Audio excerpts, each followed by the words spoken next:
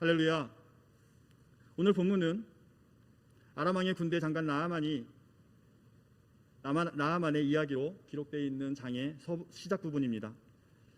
먼저 1절을 보면 이 구절이 성경에서 가르치고 있는 내용들을 그리스도인의 구원과 관련된 매우 중요한 원리를 우리에게 말씀하고 있음을 우리는 발견하게 됩니다. 성경 66권의 메시지는 오직 하나로 이야기할 수 있습니다. 성경은 구약과 신약 둘로 나누어져 있던 책이긴 하지만 그 메시지는 하나입니다. 성경의 목적은 단 한 가지를 다루고 있기 때문이라 말할 수 있습니다. 바로 인간과 하나님과의 관계입니다. 성경은 이 세상에서 가장 실제적인 책입니다. 세상에 있는 많은 사람들은 굉장히 현실적이라서 성경을 읽거나 성경을 토대로 한 설교를 거부하는 어리석은 사람들이 있음을 종종 보게 됩니다. 그들은 이렇게 말합니다. 우리는 진짜 인생을 살고 싶다고 말합니다. 그러나 성경이야말로 우리로 하여금 진짜 인생을 살 수 있게 해줍니다. 그러한 삶을 우리에게 보여줍니다. 또한 성경은 이론적인 책이 아닙니다. 우리가 알고 있는 바로 그 자리로 찾아와 우리가 당하고 있는 고통의 원인이 무엇인지를 분명하게 말해주고 있기 때문입니다. 그뿐 아니라 우리가 그 모든 고통 가운데에서 구원받을 수 있는 유일한 길을 제시해주는 책이기 때문입니다. 그 길은 신약뿐만 아니라 구약에서도 분명하게 제시하고 있습니다. 제가 신대원을 졸업하고 공부를 더 하고 싶어서 조직신학이냐 성서신학을 해야 될까 고민을 하다가 구약학을 전공하게 되었습니다. 그래서 구약학을 전공하면서 구약 교수님들하고 이야기를 하지만 신약 교수님들하고 친한데 신약 교수님이 항상 저한테 하시는 말씀이 있어요. 왜 랍비가 되려고 하냐고, 왜 구약을 전공하냐고, 복음은 신약에 있다고, 이런 농담을 저에게 하십니다. 그러나 성서신학, 구약학이나 신약학은 동일한 메시지를, 하나님의 메시지를 전하고 있다라고 저는 확신합니다. 단지 구약과 신약의 차이는 메시지가 제시되는 형식의 차이만 있을 뿐입니다. 구약은 모형을 제시합니다. 앞으로 올 일들에 대한 예언을 하고 있습니다. 실체를 알려주는 그림자로 우리들에게 말씀하고 있는 것입니다. 또 반면 신약은 그 위대한 일이 구약에서 계시되고 모형으로 그림자로 우리에게 주어진 그 말씀이 성취되는 놀라운 이야기가 기록되어 있는 책입니다. 형식의 차이는 있지만 원리는 동일합니다. 또한 서신서인 사도 바울이 서신서를 통해서 구원의 길은 오직 하나라고 말씀합니다. 그것은 단 믿음으로 말미암는다고 말씀하고 있습니다. 사도 바울이 믿음으로 구원받는 것처럼 아브라함 역시 믿음으로 구원받았습니다. 위대한 믿음장인 히브리서 11장에 보면 모든 사람들이 어떻게 믿음으로 구원받았는지를 잘 말씀해주고 있습니다. 하나님을 알고 악한 세상과 마귀에게서 구원받을 수 있는 길은 오직 하나뿐입니다. 오직 믿음의 길뿐인 것입니다. 예수 그리스도를 믿는 믿음만이 우리를 구원하실 수 있는 것입니다. 성경에 많은 인물들이 있습니다. 아브라함, 이삭, 야곱, 모세, 다윗, 또 여러 선지자들, 이 많은 성경 인물들이 그러한 삶을 살아냈던 사람들입니다. 그럼에도 불구하고 믿음의 길에서 넘어지는 사람들이 있었습니다. 오늘 본문에 등장하는 나아만이 그랬습니다. 오늘 본문을 통하여 성경은 우리에게 몇 가지 가르침을 주고 있습니다. 먼저는 우리가 본문에서 얻을 수 있는 첫 번째 사실은 죄는 인생을 망친다는 것입니다. 오늘 본문 1절을 보겠습니다. 1절을 보면 아람 왕의 군대 장관 나아만은 그의 지인 앞에서 크고 존귀한 자니 이는 여호와께서 전에 그에게 아람을 구원하게 하셨습니다. 그는 큰 용사이나 나병 환자더라. 아멘. 이렇게 말씀합니다. 나아만은 왕에 의해 크고 존귀하게 된 자입니다. 뛰어나기 때문에 존귀하게 된 자입니다. 선천적으로 재능과 능력이 있어서 전투에 탁월한 능력을 가진 진인자입니다. 이러한 대단한 용기를 갖고 있었기 때문에 그는 군대를 잘 통솔할 수 있었습니다. 그래서 그는 주인 앞에서 큰 자였습니다. 그는 거의 완전에 가까운 인물과 같이 설명하고 있습니다. 그런데 1절 끝부분에 이렇게 말씀하고 있습니다. 그는 용사이나 나병 환자더라. 그는 큰 용사였습니다. 그러나 나병 환자였습니다. 우리는 이 구절에서 성경이 무엇을 말하고 있는지를 분명히 보게 됩니다. 그것은 죄에 관한 것입니다. 나병을 통해 죄의 모습을 완전하게 전달하고 있기 때문입니다. 구약시대이든 신약시대이든 나병은 죄의 모형으로 다가옵니다. 죄의 실예로 우리에게 보여집니다. 누구나 인생을 망치는 것이 있다는 사실을 잘 알고 있습니다. 오늘 나아만처럼 큰 용사임에 불구하고 그는 나병 환자였습니다. 오늘 인생에 좋은 것이 너무나 많이 있습니다. 그렇지만 우리가 말씀을 듣는 것은, 우리가 수요 예배를 통하여 하나님 말씀 앞에 서는 것은, 또 주일마다 예배 자리에 기억하고 그곳에 하나님 앞에 예배드리는 것은, 또 새벽마다 하나님의 말씀을 묵상하며 나아가는 것은 우리 모든 인생을 망치는 것이 있다는 사실을 분명히 알기 때문입니다. 우리는 얼마나 뛰어나고 우수한 시대를 살고 있는지 모릅니다. 지식도 그렇습니다. 과학적인 지식이 얼마나 진보를 이루고 있는지 우리는 너무너무 잘 보고 있습니다. 주거의 환경도 마찬가지입니다. 제 어렸을 때 골로 이런 것들이 있었는데 지금 그런 얘기하면 잘 이해 못하죠. 이런 주거 환경도 엄청난 변화를 가져왔습니다. 교육도 마찬가지입니다. 교육의 변화도 많이 변화되었습니다. 문화의 진보를 우리는 경험하고 살아가고 있습니다. 그래서 오늘날 모든 사람들이 이전보다 훨씬 좋은 삶을 살아가고 있는 것은 분명합니다. 그러나 모든 것이 괜찮다고 말하는 사람은 하나도 없을 것입니다. 분명하게 더 나은 삶을 살고 있음에도 불구하고 아직도 무언가가 부족하다는 것을 느끼고 있는 것입니다. 코로나19로 못 고칠 것이 없을 것 같았던 의료계, 암도 정복했다는 의료계도 이처럼 그러나라는 것이 끼어들어 왔습니다. 이처럼 인생에 그러나라는 단어는 항상 끼어 있습니다. 이 세상은 마치 아람 사람 나아만과 같습니다. 우리는 이 시대에 대해 얼마든지 이런저런 자랑을 하며 살 수 있습니다. 그러나 완전하다고 말할 수 있을까요? 그렇지 않은 것 같습니다. 우리가 겪는 이 세상은 완전하지 않습니다. 그러나가 늘 존재합니다. 무언가 잘못된 것, 코로나19가 갑자기 나타난 것처럼 나병처럼 모든 것을 망쳐놓을 것 같은 무언가가 우리 주위에 존재하고 있다는 것입니다. 거의 완벽하다고 생각하려는 바로 그 순간 그러나가 끼어 있는 것입니다. 그런데 안타까운 것은 그것을 없애버릴 수가 없다는 것입니다. 성경에 따르면 인간의 삶은 죄가 이 땅에 들어온 이래 지금까지 한 번도 완전한 적이 없음을 말씀하고 있습니다. 흠잡을 데 없이 완벽해 본 적이 없다는 것입니다. 분명히 창세기 1장 2장에 보면 하나님께서 태초에 세상을 창조하셨다 말씀합니다. 그리고 그 만드신 하나님의 창조물은, 피조물은 흠잡을 데 없이 완전하다라고 말씀합니다. 인간이 머물렀던 에덴 동산은 부족한 것이 없이 완전한 곳이었습니다. 인간은 하나님의 형상을 따라 완전하게 만들어졌습니다. 모든 것을 누릴 수 있었습니다. 정말 부족한 것이 없었습니다. 하나님은 그 모든 것을 보시고 심히 좋았다라고 말씀하셨습니다. 그때에는 완전함이, 완벽함이 있었습니다. 아무 흠이 없고 아무 곳에도 주의를 빼앗기지 않았습니다. 그러나 창세기 3장으로 가면 죄라는 치명적인 것이 들어와 인간에게서 완벽함과 완전함을 앗아가 버렸습니다. 그래서 우리 모든 사람이 인생이 이것도 좋고 저것도 좋은데 그러나 라고 묘사할 수밖에 없는 삶을 살게 됩니다. 죄 때문에 인생이 망가지고 파괴된 것입니다. 결국엔 아담과 하와는 에덴 동산에서 쫓겨나게 되었습니다. 그렇기 때문에 어떤 사람이 이 세상에서 아무리 성공한다 할지라도 그 성공은 완전하고 완벽할 수 없는 것입니다. 완전하고 완벽한 행복도, 흠없이 완전하고 완벽한 평강도 이 세상에는 존재하지 않는 것입니다. 인간이 누리는 행복과 완전함 속에는 항상 원치 않는 그 무언가가 있는 것입니다. 전부 가졌다고 생각하는 그 순간 다시 부족함을 느끼게 만드는 그 무엇인가가 존재하는 것입니다. 어떤 시인은 이렇게 표현합니다. 왕관을 쓴 머리는 편안하게 잠들지 못한다. 왕관을 쓴 사람은 불안합니다. 왕관을 갖고 싶어하는 사람들이 있습니다. 어디선가 칼을 갈며 왕관을 노리는 사람들이 있는 것을 알기 때문입니다. 그는 그 자리에 이르렀고 왕관을 얻었지만 마침내 정상에 올랐지만 그러나가 끼어 있습니다. 성경에는 이런 이야기들이 또 등장하기도 합니다. 에스더서에 보면 아하수에로 왕의 총애를 받는 하만이라는 인물이 등장합니다. 이 하만은 왕이 높은 자리에 올려놓았습니다.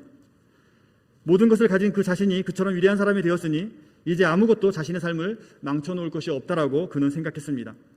심지어 지나가는 길에 많은 사람들이 그를 향하여 절하여야 되는 그러한 모습으로 있었습니다. 그런데 딱 한 사람만이 그에게 절하지 않았습니다. 모르드게였습니다. 모르드게만 그에게 절하지 않았습니다. 그 모습을 본 하만은 몹시 분했습니다. 그래서 집에 가서 아내와 친구들에게 이야기했더니 그 모르드게를 어떻게 해보고자 하는 묘책을 세웁니다. 그는 왕에게 존귀하게 되었고 가장 높은 자리에 올랐지만 그는 딱 한 사람에게 걸린 거죠. 그에게 절하지 않겠다고 버티던 그 딱 한 명에게 걸려서 그는 불행한 존재가 되고 맙니다. 모르드게를 걸고자 했던 그 장대 위에 본인이 걸리는 그러한 삶을 맞이하게 됩니다. 우리의 인생의 모습을 잘 보여주고 있는 한 예라고 볼 수 있겠습니다. 그 한 가지, 나아만은 그의 주인 앞에서 크고 존귀한 자였습니다. 여호와께서 전에 그를 통해 아람을 구원하셨기 때문입니다. 그래서 그는 큰 용사가 되었습니다. 그러나 그에겐 그 한 가지가 있었습니다. 나병이었습니다. 그것이 그의 모든 것을 망쳐 놓았습니다. 때로는 문제가 다른 사람일 때도 있습니다. 때로는 그 한 가지 문제가 자기 자신일 수도 있습니다. 자기 성질일 수도 있고 자기 기질일 수도 있습니다. 아무리 완벽해 보이는 사람이라도 그 사람을 깊이 알고 나면 그 사람에게는 나병과 같은 존재가 있음을 발견하게 됩니다. 계속 쑤시고 아픈 통증을 느끼고 있는 모습을 보게 됩니다. 그 나병은 집에서 일어나는 문제일 때도 있습니다. 우리는 종종 이런 말을 합니다. 만일 이렇게만 할 수 있다면, 저렇게만 할 수 있다면, 이런 말을 우리는 수시로 합니다. 그 이야기는 오늘 현실에 만족하지 못한 또 다른 그 무언가가 있다라는 것을 우리는 간접적으로 경험하고 있는 것입니다. 이사야서 57장 21절에 보면 내 하나님의 말씀에 악인에게는 평강이 없다 하셨느니라 라고 말씀합니다. 그 사람이 얼마나 멋지든 얼마나 성공하든 아무 상관이 없습니다. 나병 같은 죄가 항상 들어와 전체를 망가뜨리기 때문입니다. 이 죄는 단지 우리가 나무랄 데 없이 행복하다고 느끼는 순간 무언가 부족한 것을 발견하고 그 행복에서 눈을 돌리는 것만을 말하지 않습니다. 죄는 실제로 우리를 불행하게 만듭니다. 죄는 깊은 자책에 빠지게 합니다. 자신뿐만 아니라 다른 사람들에게까지 고통의 원인을 제공하게 됩니다. 죄는 인간에게 실제로 불행을 안겨다 줍니다. 인생은 본래 이렇게 만들어지지 않았습니다. 그러나 죄가 항상 말썽을 부리고 있는 것입니다. 나병처럼 죄도 사람을 가리지 않습니다. 나아만은 그의 주인 앞에서 위대한 사람이었습니다. 큰 용사였으며 대단한 성공을 거둔 사람이었습니다. 그러나 나병 환자였습니다. 우리가 어떤 사람이든 어떤 자리에 있든 아무 소용이 없습니다. 죄는 보편적인 문제입니다. 우리 모두 죄를 짓게 되어 있으며 죄로 인해서 고통당하게 되어 있다고 성경은 분명하게 말씀하고 있습니다. 죄에 관한 한 우리는 모두 실패자입니다. 우리 영혼이 이 모든 끔찍한 나병에 걸려있기 때문입니다. 분명히 성경은 죄라고 불리는 이 무서운 것이 인생을 지금과 같은 모습으로 망쳐 놓았다라고 추하게 만들었다라고 말씀하고 있는 것입니다. 두 번째로 오늘 본문을 통하여 우리가 알 수 있는 것은 아무리 훌륭하고 높은 자리에 있는 사람도 이 문제를 해결할 수 없다는 것입니다. 이것이 바로 나아만 이야기의 오늘 본문 이야기의 핵심입니다. 나아만은 나병 때문에 모든 것을 망친 사람입니다. 그는 틀림없이 그의 몸을 치유하는 주치의가 있었을 것입니다. 다른 의사들도 또 점술가들도 또 여러 가지 점괘를 보는 사람들도 있었을 것입니다. 그들이 최선을 다해서 치료했고 또 의식을 행했을 것입니다. 그러나 그 나병은 낫지 않았습니다. 더 이상 손쓸 수가 없었던 것입니다. 그래서 본문을 보면 아람 왕과 이스라엘 왕도 당황하는 모습을 바라봅니다. 나아만의 주인은 아람 왕도 어쩔 도리가 없었습니다. 그런데 마침 이스라엘에 그 병을 고칠 수 있는 사람이 있다는 말을 듣게 됩니다. 그래서 아람 왕은 편지와 예물들을 보내서 나아만을 이스라엘 왕에게 보내게 됩니다. 오늘 본문 7절에 보면 그 편지를 받은 이스라엘 왕이 당황해서 하는 말씀이 있습니다. 7절에 보면 이스라엘 왕이 그거를 읽고 자기 옷을 찢으며 이르되 내가 사람을 죽이고 살리는 하나님이냐 그가 어찌하여 사람을 내게 보내 그의 나병을 고치라 하느냐라고 말씀합니다. 이스라엘 왕도 아람 왕처럼 나아만의 병을 고칠 수 없습니다. 두 사람 모두 완전히 그 나병 앞에서 무력한 존재입니다. 두 나라에 있는 마술사나 의사나 위대한 사람들 모두가 이 문제 앞에서만은 해결책을 갖고 있지 못합니다. 오늘 이 세상도 이와 같은 상황에 놓여 있습니다. 나아만 장군의 모습은 곧 우리의 모습입니다. 우리가 살고 있는 이 사회의 모습이기도 합니다. 우리 각자의 모습이라는 것입니다. 고쳐보기 위해 모든 처방을 다 해보았지만 문제는 전혀 해결되지 않습니다. 돈을 써보기도 하고 성공을 위해서 열심히 몸을 불사르기도 하고 명예를 얻기 위해서 사람들을 짓밟기도 하고 또 권력을 얻기 위해서 그 권력으로 자신의 문제들을 해결하려고 노력하는 자들이 있습니다. 아람 왕과 이스라엘 왕은 완전히 실패했습니다. 아무리 권력을 동원해도 해결되지 않습니다. 그들이 다루기에는 그 문제가 너무 깊고 오묘함을 우리는 볼 수 있습니다. 오늘의 상황도 이와 다를 바가 없다고 보여집니다. 코로나19를 제거하기 위해서, 정복하기 위해서 백신을 만들고 또 치료제를 개발하고 온 인류가 힘을 다해보고 있지만 이 문제를 해결하기에는 역부족인 것 같습니다. 어려운 상황이 계속 반복되고 있습니다. 세계가 무진장 애를 쓰고 있죠. 백신을 계속 1차, 2차 계속 맞고 있고 치료제도 계속 개발하고 있지만 좀처럼 잡히지 않는 상황입니다.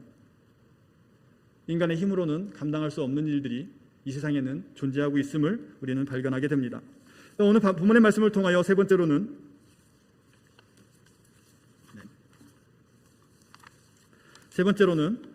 인간이 그 문제를 다 다룰 수 있는 유일한 방법을 모르고 있다는 것입니다. 나아만은 그 병을 고치기 위해 백방으로 손을 써보았지만 모두 헛수고로 돌아가고 깊은 절망에 빠졌습니다. 그런데 바로 그때 치유책이 있다는 것을 알게 됩니다. 그러나 그 위대한 사람들은 그 치유책을 전혀 아는 바가 없었습니다. 그 해결책은 엘리사 선지자에게 있었습니다. 그러나 해결책을 찾고 있던 유대한 왕들은 그 사실을 알 수가 없었던 것이죠. 그들은 큰 정사에만 관심이 있었습니다. 어떻게 하면 군대를 잘 만들까? 어떻게 하면 다른 나라를 정복할까? 어떻게 하면 본인의 나라를 강성하게 만들까? 라는 것에 더 집중하고 있었던 것입니다.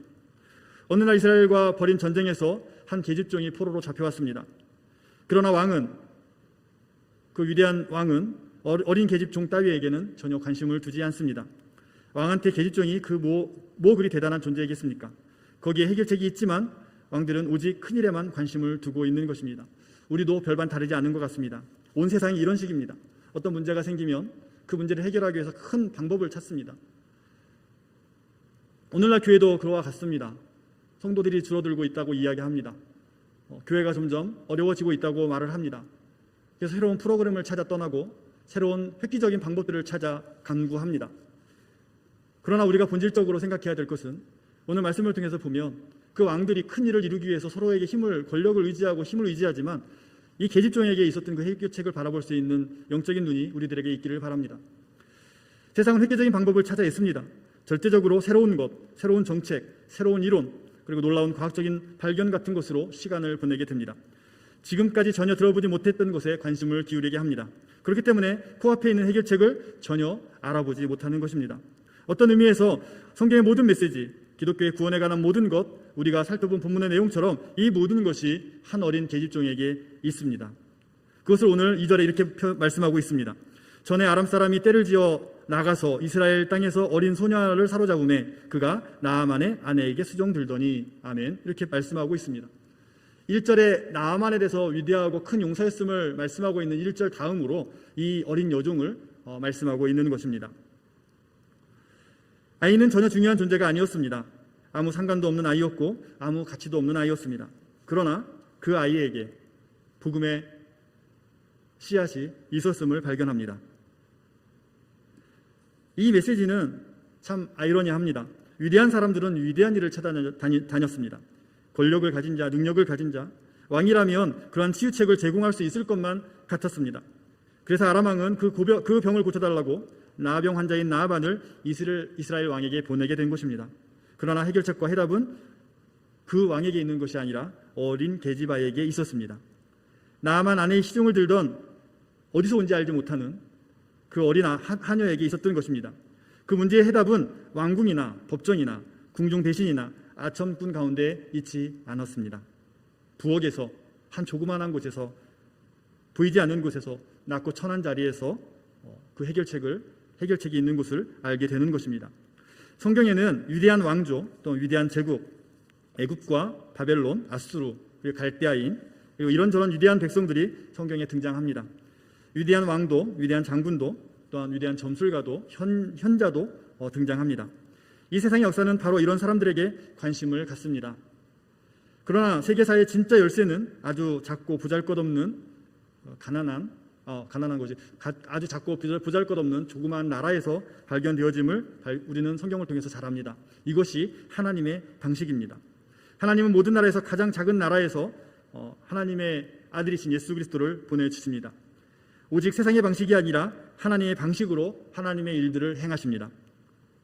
요셉을 통해서 그랬고 또 다윗과 골리앗의 싸움에서도 다윗을 통해서도 그랬습니다. 인간들은 큰 것을 찾아 헤맸지만 하나님은 늘 이런 식으로 문제를 해결해 나가십니다. 이것은 하나님의 아들 예수 그리스도를 통해서 우리에게 이루신 예수 그리스도를 통해서 최고의 절정에 이룹니다. 왕이 아닌 하찮은 인간의 몸으로 이 땅에 오셔서 목수의 아들로 이 땅에 오셔서 가장 나약한 모습으로 십자가에 못 박혀 처절히 죽음을 맞이하는 모습으로 해결하셨습니다. 많은 사람들이 그렇습니다. 그가 구세주라고, 그가 우리를 구원할 왕이라고, 이 사람이 우리를 구원한다고 라고 이야기했습니다. 세상 사람들은 부엌이나 마구간에서 구원을 얻을 수 없다고 생각할 것입니다. 좀 더 큰 것, 좀 더 위대한 것, 그런 것들이 우리를 구원할 것이라고 생각하게 되는 것입니다. 이처럼 세상은 유일한 해결책을 알아보지 못했습니다. 하나님의 아들이 이 땅에 계실 때도 그랬지만 부활하시고 승천하신 이후에도 지금까지도 그러한 모습으로 있음을 우리는 너무나 잘 알고 있습니다. 죄라는 문제의 해결 방법은 오직 한 가지뿐입니다. 우리는 절대 우리가 이 세상을 치료할 수 없다고 말하지 않습니다. 하나님의 능력이 치료할 수 있습니다. 우리는 그 사실을 분명히 알고 있습니다. 그것이 소녀가 알고 있던 전부입니다. 그 소녀는 병을 고칠 수 없었습니다. 그러나 그 치유책이 있다는 사실을 분명히 알고 있었습니다. 그 소녀는 하나님의 능력이 나타나는 것을 분명히 알고 있었습니다. 그래서 오늘 본문에 있는 말씀처럼 만일 나의 주인이 이 능력 아래로 가기로만 하면 그의 나병이 치유될 것이라고 전합니다. 그는 단지 그것을 증언할 뿐입니다. 하나님께 전능한 능력이 있다고, 하나님께서 기적적인 능력을 행하실 것이라는 것을 전할 뿐입니다. 오늘 우리에게도 문제가 무엇이든, 우리의 영혼을 계속 괴롭히는 아픔이 무엇이든, 우리를 넘어뜨리고 우리 인생을 망치며 파멸시키는 것이 무엇이든 우리에게 한 가지 치유책이 있습니다. 절대적인 치유책이 있습니다. 바로 하나님입니다. 바로 그분께 능력이 있습니다. 어린 소녀는 그 능력을 행하실 수 있는 하나님을 증언할 수 있었습니다. 우리 주인이 사마리아에 계신 선지자 앞에 계셨으면 사마리아의 능력이 있음을 분명히 전했습니다. 그리고 그 능력은 한 선지자를 통해서 나타나게 됩니다. 바로 소녀는 그 사람을 지적하고 있는 것입니다. 저와 여러분이 누리고 있는 특권이 바로 이것입니다. 한 인격, 그 안에서 신성의 모든 충만함이 거하는 분, 하나님이 자신의 은혜와 지혜와 능력의 모든 부여함을 그 안에 담아두신 분, 예수 그리스도를 증거하는 것입니다. 깊은 질병과 피로 때문에 번민할 때 우리가 해야 될 일은 오직 한 가지입니다. 하나님의 아들 나사렛 예수께 가십시오. 그러면 치유될 것입니다. 예수님은 우리의 죄를 제거해 주실 것입니다. 그리스도께서 이미 그것을 가져가셨기 때문입니다. 이미 성취하셨습니다 라는 것을 우리는 전해야 될 것입니다. 예수 그리스도께서 우리에게 새 생명과 새 능력을 주셨다는 것입니다. 우리를 고쳐주셨고 우리를 회복시키셨고 새롭게 만들어 주셨다는 것입니다. 계속적으로 지속적으로 우리를 사랑하시고 인도하고 계심을, 그분에게 가는 것만이 그것이 해결책임을 우리가 온전히 전해야 될 것입니다. 하나님은 이 세상에 할 수 없는 것을 하시는 분이십니다. 우리가 할 수 있는 것을 하시는 분이 아니라 우리가 할 수 없는 일들을 하시는 분이 하나님이십니다. 우리는 믿음으로 그 하나님만이 하실 수 있는 일을 행하는 것입니다. 그럴 때 주님은 우리를 고치시고 우리 영혼을 고치시며 우리의 인생을 망치고 있는 것들을 제거해 주실 것입니다. 이 세상의 지혜로 하나님을 알 수 없습니다. 그러나 하나님은 미련한 것들을 통하여서 믿는 자들을 구원하기를 기뻐하십니다. 많은 사람들은 기독교를 조롱합니다. 물론 그곳에는 많은 이유가 있을 것입니다. 기독교를 또 복음을 거들떠 보지도 않습니다. 그러나 그들은 나병 환자입니다. 그들은 병들었습니다. 왕들도 모르고 있는 것을 오늘 본문을 통해서 한 계집종은 분명하게 이야기하고 있습니다. 하나님은 멸시받는 것들과 없는 것들, 그러한 나약한 존재들을 통하여서 우리와 같은 사람들을 택하셔서 코로나19로 어려운 상황을 보내고 있는 것과 이런 어려운 상황 속에서 우리를 택하여 소녀와 같이 외치게 하십니다. 그 외침은 하나님의 말씀이 이 땅에서 이루어지도록 살아가는 그리스도의 삶일 것입니다. 세상 누구도 해결할 수 없는 이 어려운 상황 속에서도 하나님께 순종함으로 나아가는 성도님들과 저를 통해서, 우리 믿음의 그리스도인들을 통해서, 그들의 삶의 외침을 통해서 우리 하나님은 이 세상을 반드시 치유하실 것입니다. 기도하겠습니다. 사랑의 하나님 아버지, 감사합니다. 코로나19로 인해 어려운 터널을 지나고 있습니다. 어려운 상황 속에서도 하나님을 배울 수 있는 은혜를 저희들에게 내려 주옵소서. 우리를 치료하기 위해 죽었다가 다시 살아나사 우리에게 새 생명을 주시고 우리를 하나님의 자녀로 삼아주신 하나님의 놀라운 은혜로 이 어려운 상황을 이겨낼 수 있도록 힘을 주옵소서. 거리두기 4단계로 사회는 희망을 잃어가고 있는 것만 같습니다. 그러나 포로로 잡혀온 어린 손의 외침처럼 그리스도인인 우리가 하나님의 말씀의 순종의 삶을 통하여 구원의 삶을 나타낼 수 있도록 도와주옵소서. 거룩하신 예수 그리스도의 이름으로 기도하옵나이다. 아멘.